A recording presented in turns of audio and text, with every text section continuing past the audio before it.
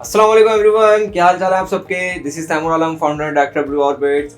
15 साल के मेरे इस आईटी एक्सपीरियंस ने बहुत सारे डेवलपर्स ने मुझसे एक सवाल बहुत कॉमनली किया, और वो सवाल ये था कि हम प्रोडक्ट बेस्ड कंपनी को चुने अपने करियर के लिए या प्रोजेक्ट बेस्ड कंपनी को चुने। तो सोचा मैंने कि इसके ऊपर एक डिटेल वीडियो बनाई जाए और दोनों कंपनीज के प्रॉस एंड कॉन्स को डिटेल में डिस्कस किया जाए, और आखिर में बताया जाए कि आपके एक्सपीरियंस के मुताबिक आपके लिए सबसे बेहतर कंपनी कौन सी रहेगी। तो शुरू करते हैं। तो सबसे पहले बात करते हैं प्रोडक्ट बेस्ड कंपनी की, और इसके प्रॉस को सबसे पहले डिस्कस करते हैं, फिर इसके कॉन्स को डिस्कस करते हैं। तो सबसे पहले करते हैं इसके प्रॉस को डिस्कस।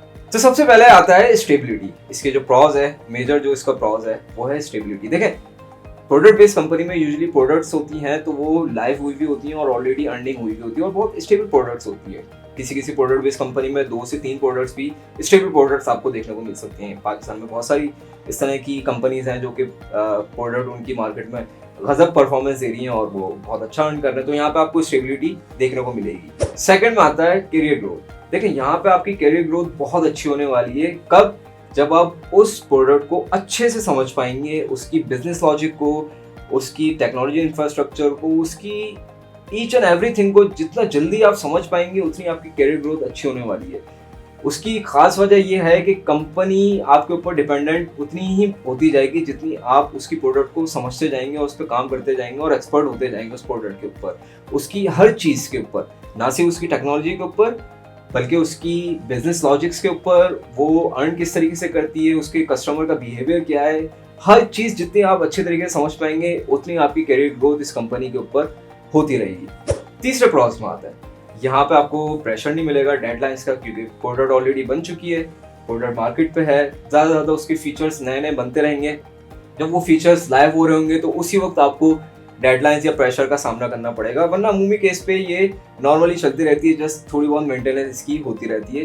तो यहाँ पे प्रेशर, डेडलाइंस ऐसा तो आपको नहीं मिलने वाली। अब डिस्कस करते हैं इसका चौथा और आखिरी प्रॉस, और वो है डोमेन एक्सपर्टीज। देखें, इस कंपनी में मान के चलें कि आप एक ऐसी प्रोडक्ट बेस्ड कंपनी में है जो कि फिनटेक है, और फिनटेक है, मान के चलें कि वो बैंकिंग सेक्टर को डील करती है। यहाँ पे इंटरनेट बैंकिंग और कोर बैंकिंग डील होती है। तो यहाँ पे आप डोमेन एक्सपर्टीज, क्योंकि दुनिया भर में बैंक्स जो हैं वो तकरीबन सेम फार्मूले पे ही चलते हैं, थोड़ा बहुत चेंजेस होती हैं उनकी उसकी कंट्रीज के हवाले से, लेकिन बहुत ज़्यादा चेंज नहीं होता, एक कोर फंक्शनलिटी वही रहती है।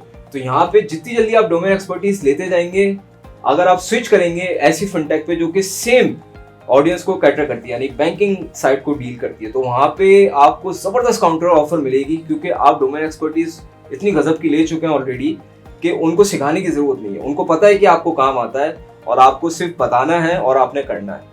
तो यहाँ पे डोमेन एक्सपर्टीज बहुत अच्छे से मिलने वाली है, क्योंकि ये लंबी चलती हैं प्रोडक्ट्स और मार्केट में हुई भी होती हैं, ऑलरेडी डेवलप्ड होती हैं, तो इनकी डोमेन नॉलेज एक जैसी रहती है। तो आप जितना अर्सा यहाँ पे गुजारते जाएंगे उतनी डोमेन एक्सपर्टीज आप गेन करते जाएंगे। चलें अब डिस्कस करते हैं इसके कॉन्स को। जहाँ पे प्रॉस होते हैं वहाँ पे कॉन्स जरूरी होते हैं। तो सबसे पहले नंबर पे आता है लिमिटेड टेक्नोलॉजी। देखें, जैसे मैंने आपको बताया कि इस कंपनी के पास 2 से 3 प्रोडक्ट्स ऑलरेडी लॉन्च हुई हैं और उसका एक यूजर बेस है ऑलरेडी। तो इस कंपनी के लिए उस करंट प्रोडक्ट का टेक्नोलॉजी शिफ्ट एक बहुत हेडेक हो सकता है, तो ये इतना बड़ा रिस्क लेती नहीं है अमूमी तौर पे। तो यहाँ पे जो प्रोडक्ट ऑलरेडी लॉन्च हो गई हैं, जिस टेक्नोलॉजी इंफ्रास्ट्रक्चर पे हैं, उसी पे ये चलते रहते हैं और उसी पे खुश रहते हैं। तो यहाँ पे आपको लिमिटेड टेक्नोलॉजी मिल सकती है, यहाँ पे बहुत तेजी से आपको टेक्नोलॉजी सीखने को नहीं मिलेगी। सेकेंड कॉन्स, जो कि अगेन पहले वाले कॉन्स से मिलता जुलता है, वो है स्लोअर पेस। देखिए, यहाँ पे क्योंकि जैसे मैंने आपको बताया कि डेडलाइंस का अगर प्रेशर नहीं है तो इसका मतलब एक स्लोअर पेस एनवायरनमेंट है। यहाँ पे आपको रैपिडली चीज़ें सीखने को इतनी तेज़ी से नहीं मिलेंगी, यहाँ पे उस प्रोडक्ट के ऊपर डेवलपमेंट इतनी तेज़ी से नहीं हो रही होगी। तो एक आप कह लें कि एक एनवायरनमेंट में एक स्लोअर पेस आपको देखने को मिल सकता है यहाँ पे। तो डिस्कस करते हैं इसका तीसरा और आखिरी कॉन्स, वो है कि यहाँ इस एनवायरनमेंट में आप बोर बहुत तेज़ी से हो सकता है, क्योंकि देखें, जिस एनवायरनमेंट में टेक्नोलॉजी इंफ्रास्ट्रक्चर इतनी तेज़ी से चेंज नहीं हो रहा या डेडलाइंस नहीं मिल रही हैं और आसपास सभी लोग जो है वो स्लोअर पेस पे काम कर रहे हैं, तो जहाँ पे स्लोअर पेस होता है वहाँ पे बोर होने के चांसेस बहुत ज़्यादा हाई होता है। अच्छा, यहाँ पे मैं मिसाल दूंगा ब्लू ऑर्बिट्स की। ब्लू ऑर्बिट्स को आप कंसिडर कर सकते हैं प्रोजेक्ट बेस्ड और प्रोडक्ट बेस्ड कंपनी दोनों पे। उसकी खास वजह यह है कि हम जो प्रोजेक्ट करते हैं वो यूजुअली 2 से 3 साल डेवलपमेंट साइकिल में रहते हैं, क्योंकि वो यूजुअली बड़े प्रोजेक्ट्स होते हैं, एमवीपीस होते हैं, स्टार्टअप्स के फंडेड प्रोजेक्ट्स होते हैं, आइडियाज होते हैं, प्लेटफॉर्म्स होते हैं, इकोसिस्टम होते हैं। तो ये 2 से 3 साल डेवलपमेंट फेज पे रहते हैं। अब हमारी टीम को इसके क्या फ़ायदा होता है? हमारी टीम को इसका ये फ़ायदा होता है कि हम एक टीम को डेडिकेट करते हैं कम से कम 1.5 साल के लिए उस प्रोजेक्ट के ऊपर। वो उस प्रोजेक्ट की बिजनेस नॉलेज, उस प्रोजेक्ट का टेक्नोलॉजी इंफ्रास्ट्रक्चर पूरे अच्छे तरीके से, उसकी डोमेन नॉलेज अच्छे तरीके से समझते हैं, काम करते हैं, फिर ताकि 1.5 साल के बाद जो मैंने कॉन्स बताया प्रोडक्ट बेस्ड कंपनी के, वो उनको फील ना होने लगे, तो हम 1.5 साल के बाद हमेशा अपनी टीम को शफल करते हैं। जो टीम एक MVP पे काम कर रही है उसको दूसरी MVP पे लगा देते हैं, और जो दूसरी वाली होती है उसको पहले वाली पे लगा देते हैं। इस केस में क्या होता है कि उनको डोमेन नॉलेज भी मिलती रहती है, क्योंकि 1.5 साल जब वही प्रोडक्ट पे काम करते हैं तो उसकी टेक्नोलॉजी को भी समझते हैं, उसकी डोमेन एक्सपर्टीज को भी समझते हैं, उसकी बिजनेस लॉजिक को भी समझते हैं, और नई नई टेक्नोलॉजी भी सीखने को मिलती है।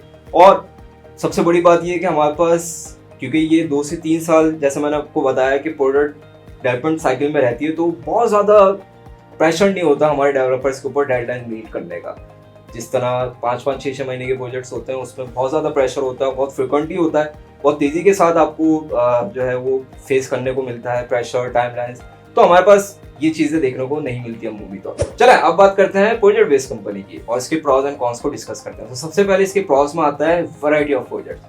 देखिए, प्रोजेक्ट बेस्ड कंपनी अमूमी तौर पे यहाँ पे आपको वैरायटी ऑफ प्रोजेक्ट बहुत देखने को मिल सकती है, क्योंकि यहाँ पे अमूमी तौर पे जो पाकिस्तान में ज़्यादातर कंपनीज काम कर रही हैं वो छोटे प्रोजेक्ट्स पे काम कर रही हैं, 5 से 6 महीने का उनका टेन्योर होता है। तो यहाँ पे बहुत तेज़ी से आपके ऊपर वैरायटी ऑफ प्रोजेक्ट्स आ सकते हैं।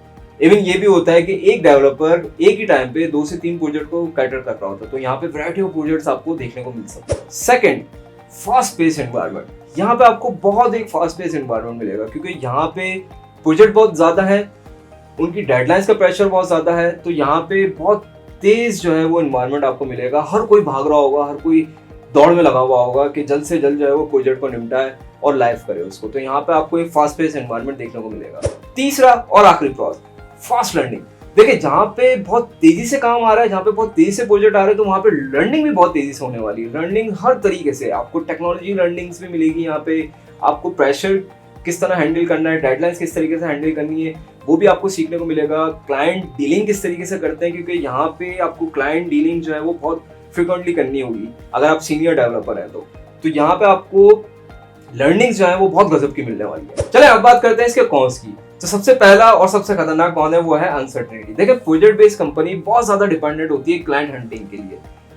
तो इनके पास क्योंकि प्रोडक्ट नहीं होती है, एक रेवेन्यू स्ट्रीम नहीं होता है जो कि एक स्टेबल हो, तो ये बहुत ज़्यादा डिपेंडेंट होती है क्लाइंट हंटिंग के ऊपर। जिस दिन क्लाइंट हंटिंग रुक जाती है किसी भी वजह से, तो वहाँ पे ये बिल्कुल दिवालिया कंडीशन पे आ जाता है। बहुत सारे पाकिस्तान में आपने देखे होंगे सॉफ्टवेयर हाउसेस खुले और बंद हो गए। वो उसकी प्राइम रीज़न यही था कि क्लाइंट हंटिंग जो है वो पीछे से उनकी किसी भी रीज़न की वजह से रुक गई। चलें अब डिस्कस करते हैं सेकंड कॉन, और वो है lack of ownership. Lack of ownership का मतलब क्या है? लैक ऑफ ओनरशिप का मतलब ये है कि जैसे मैंने आपको बताया, प्रोजेक्ट बेस्ड कंपनी के पास जो प्रोजेक्ट होते हैं उसका टेन्योर होता है 3 से 6 महीने का। अब 3 से 6 महीने में यूजुअली ऐसा होता है कि आप उस प्रोजेक्ट के साथ, सादा लफ्जों में कहूँ तो, दिल लगी नहीं हो पाती है। उसके साथ आपकी जो अटेंशन होनी चाहिए वो आप मैच नहीं कर पाते। तो उससे क्या होता है कि, और 3 से 6 महीने के बाद दूसरा प्रोजेक्ट आ जाता है, तो आपके पास वो उसकी जो ऑनरशिप होती है या दिल लगाने वाला जो फैक्टर होता है वो बहुत कम होता है यहाँ पे। अब डिस्कस करते हैं तीसरा और आखिरी कॉज, वो है लैक ऑफ डोमेन एक्सपर्टीज। देखें, जैसे मैंने आपको बताया कि 3 से 6 महीने के बीच में आपके प्रोजेक्ट जो है वो शिफ्ट हो रहे होता है, तो आपको एक पर्टिकुलर डोमेन एक्सपर्टीज का लेना बहुत मुश्किल है यहाँ पे, क्योंकि डोमेन एक्सपर्टीज जब भी आती है जब वो प्रोडक्ट लंबी चलती है। जैसे मैंने आपको शुरू में बताया ब्लू ऑर्बिट्स की और प्रोडक्ट बेस्ड कंपनी की, तो जहाँ पे प्रोजेक्ट लंबे चलते हैं वहाँ पे डोमेन एक्सपर्टीज भी सीखने का मौका ज़्यादा से ज़्यादा मिलता है। जहाँ पे प्रोजेक्ट 3 से 6 महीने में खत्म होते हैं वहाँ पे डोमेन एक्सपर्टीज का पूरे तरीके से उसकी नॉलेज गेन करना बहुत मुश्किल है। अब चलते हैं कंक्लूजन की तरफ। Project based company, product based company, दोनों के प्रोज एंड कॉन्स बताए। अब आपके एक्सपीरियंस के लिहाज से आपको किस कंपनी में शिफ्ट करना चाहिए?